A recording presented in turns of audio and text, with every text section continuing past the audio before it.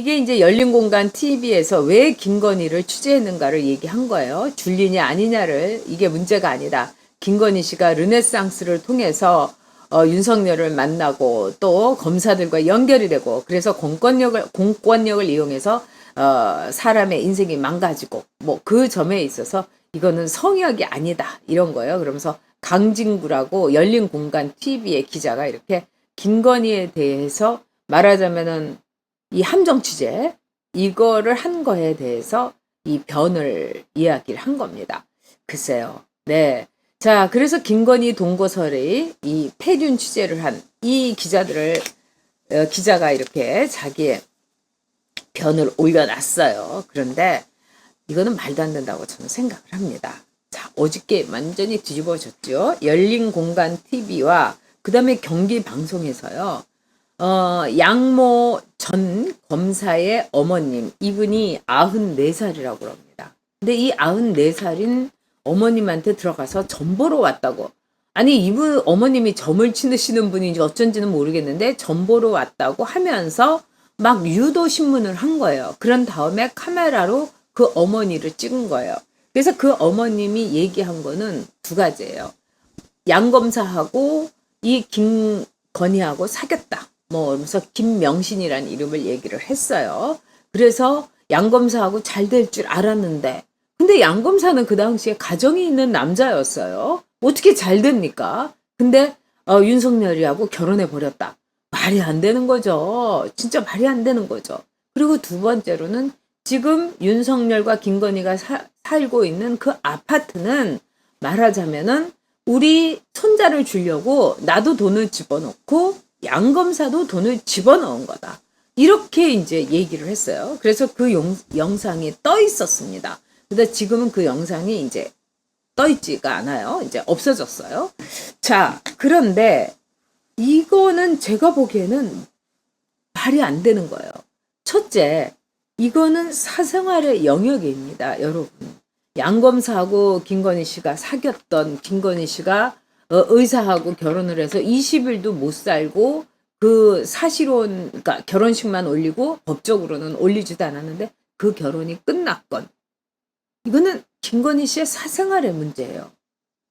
자, 이게 왜 경기방송과 그 다음에 이 열린공간 TV에서 취재를 하고 여기에 대해서 말하자면은 오마이뉴스에서 장문의 기사를 올려야 되는가? 저는 이해할 수가 없습니다. 이 김부선하고 그 다음에 이재명의 그 관계하고는 다른 거죠. 이거는 김부선에 대해서 김부선 씨가 그냥 넘어가려고 했는데, 이재명이 김부선 씨에 대해서 말하자면은 뭐 마약쟁이다. 뭐 이러면서 아주 인격 살인을 한 거죠. 여기에 대해서 김부선 씨가 약자로서 왜 거짓말을 하느냐.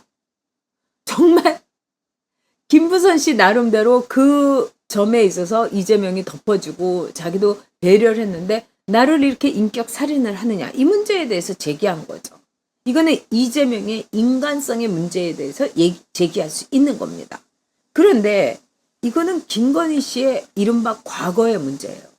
이거를 들춰가지고 기사를 내고 동영상을 찍고, 그리고 이 열린공간 TV라는 데서는 이 정말 그동안에 엄청나게 이 김건희 씨에 대한 인격살인이 굉장히 많았습니다. 저도 유튜브에 올려온 거 보고 와, 이거를 아무리 그래도 참을 일이 아니다. 그러니까 김건희 씨가 나는 줄리를 할 시간도 없고 이러면서 스스로 터뜨린 거예요.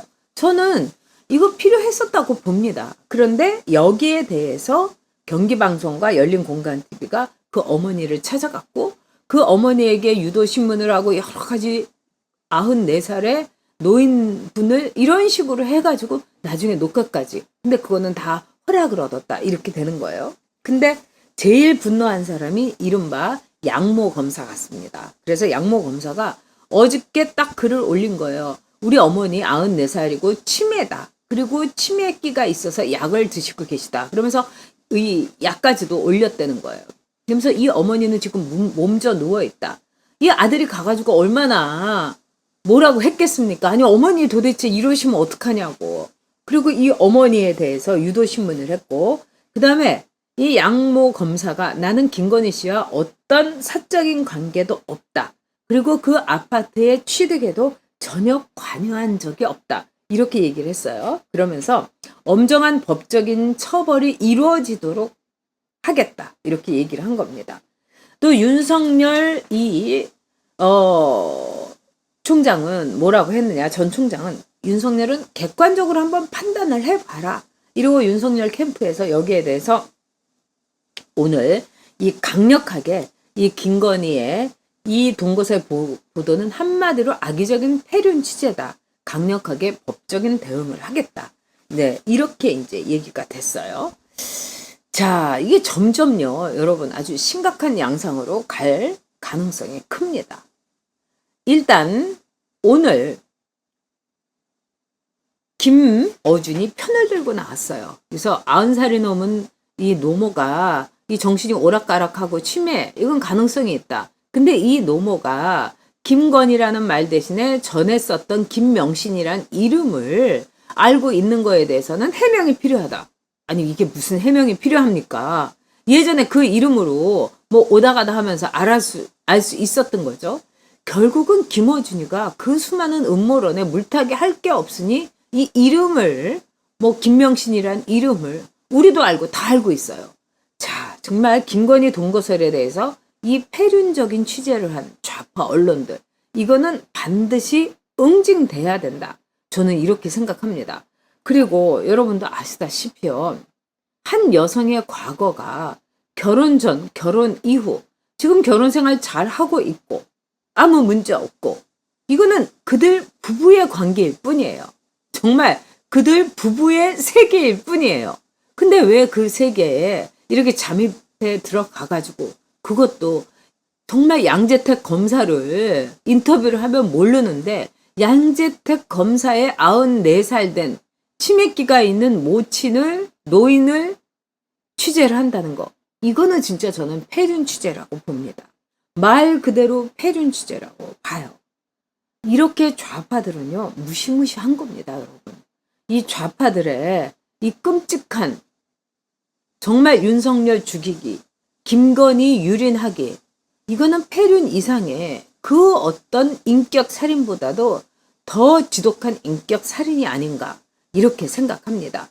김건희 동거설에 대해서 폐륜 취재한 좌파 언론, 이 사람들의 언론에 대해서 왜 여성 단체들은 가만히 있죠? 왜 페미니스트들은 가만히 있죠? 도저히 이해가 안 됩니다.